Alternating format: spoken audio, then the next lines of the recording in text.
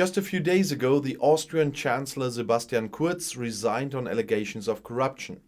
Now his successor Alexander Schallenberg has been sworn in, who is, by the way, very close to Kurz. With the swearing in of the new Chancellor Alexander Schallenberg from the ÖVP, Austria draws a line under a short but violent government crisis. The previous foreign minister succeeds the previous prime minister Sebastian Kurz, or Chancellor, against whom and whose environment is being investigated on suspicion of corruption and infidelity. With the co-ruling Greens under Werner Kogler, he wanted to work together in the interests of Austria, said the 52-year-old new Chancellor on Monday after being sworn in by Federal President Alexander von der Bellen. Together with Vice Chancellor Werner Kogler, I will do everything I can to fill in the trenches that have arisen and to bring the joint work into the foreground again, said Schallenberg.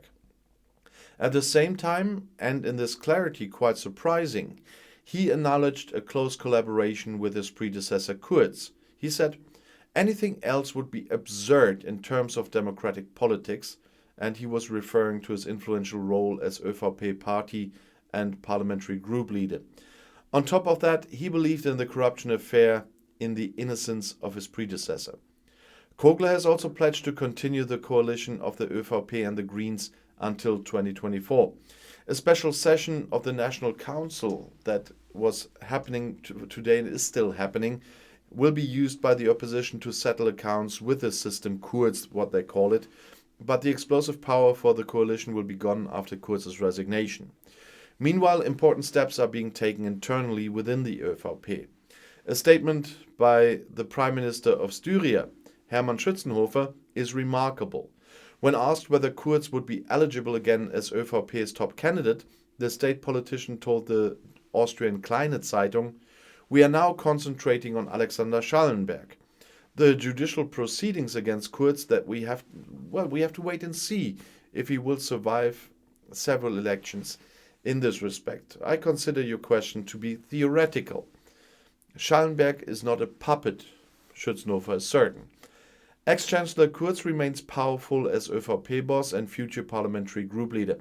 In the cabinet, with Agriculture Minister Elisabeth Köstinger, Chancellery Minister Caroline Edstadler, and Finance Minister Gernot Blümel, the 35-year-old's closest confidants are there. Many in the power structure owe a lot to Kurz. Loyalty beyond resignation is very likely. Schallenberg is a diplomat and therefore, from the point of view of Federal President Alexander von der Bellen, ideally suited to re-establish a relationship of trust between the alliance partners. We all expect that the government will now go back to work together and bring something further together, said the head of state at the swearing-in ceremony. Michael Linhart was sworn in as Austria's new chief diplomat. The 63-year-old last worked as an ambassador in Paris. The new and old heads of government, Schallenberg and Kurz, have worked together for years. When, shortly before his time as Chancellor, he was still foreign minister, Schallenberg, a worldly and linguistically skilled man, advised him as chief strategist. In 2019, Schallenberg became foreign minister in a transitional cabinet and moved to Kurz's new cabinet in the same function. Schallenberg comes from a former noble family.